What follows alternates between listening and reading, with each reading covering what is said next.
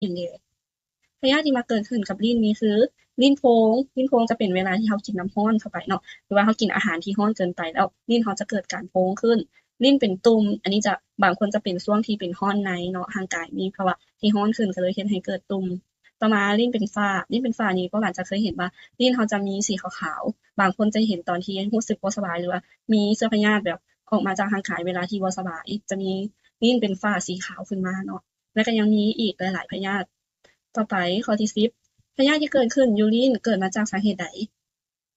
พยาธิที่เกิดขึ้นยูรินเกิดมาจากหลายสาเหตุคือเกิดจากเชื้อไวรัสเกิดจากขาดการอนามัยปากลิ้นและแข้วอย่างสม่ำเสมอเกิดจากแข้วกัดลิ้นหรือซบในเวลาย่ำอาหารเกิดจากแข้วที่โป่งออกผิดปกติหรือบ่เป็นระเบียบเฮ็ดให้มีการเสียบแทงแล้วกลายเป็นบาดแผลในปากเกิดจากการกินดื่มอาหารที่ร้อนแรงหรือกินอาหารเค็มเกินไปเกิดจากการขาดอาหาร ข้อที่11อันตรายของพยาธิที่เกิดขึ้นอยู่ลิ้นมีหยังแหน่เรามาเบิ่งว่ามันอันตรายส่ำใดเนาะเกี่ยวกับพยาธิที่เกิดขึ้นอยู่ลิ้นเราอันตรายของพยาธิที่เกิดขึ้นอยู่ลิ้นนี้คือพาให้เกิดอาการเจ็บแสบโดยเฉพาะเวลากินอาหารที่มีรสเผ็ดหรือเค็มพาให้กินอาหารได้น้อยเพราะความเจ็บปวดในเวลากินอาหารพาให้เกิดอารมณ์หงุดหงิดถ้าปล่อยปละไว้ดนนานอาจพาให้เกิดเป็นมะเร็งได้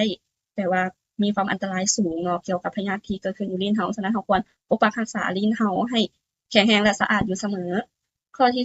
12การปกปักรักษาปากและลิ้นควรปฏิบัติคือแนวใดเรามาเบิ่งวิธีการรักษาและปกป้องลิ้นของเราเนาะการปกป้องกันรักษาปากและลิ้นควรปฏิบัติดังนี้รักษาปากให้สะอาดเช่นถูแค้วให้ถูกวิธีและเป็นประจำในตอนเช้าเมื่อตื่นนอนหลังกินอาหารและก่อนนอนต้องรักษาลิ้นให้สะอาดเช่นทุกๆเช้าให้คอยถูขูดลิ้นและหมั่นอมเกลือต่อไปบ่กินอาหารเผ็ดและเค็มเกินไปเพราะมันจะเฮ็ดให้ลิ้นด้านอาจจะบ่รับรู้รสชาติของอาหารได้นอกจากนั้นการกินอาหารเผ็ดและเค็มยังพาให้กระเพาะย่อยอาหารบ่ได้สะดวกดีฉะนั้นเราต้องกินอาหารที่บ่มีรสชาติเผ็ดเกินไปหรือว่าเค็มเกินไปกระเพาะของเราจะได้เฮ็ดเวียกหรือว่าย่อยอาหารได้สะดวกดีต่อไป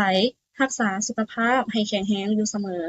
เพราะถ้าร่างกายแข็งแรงมันสามารถต้านทานพยาธิได้ดีบาดแผลต่างๆที่เกิดขึ้นในปากก็จะดีไว้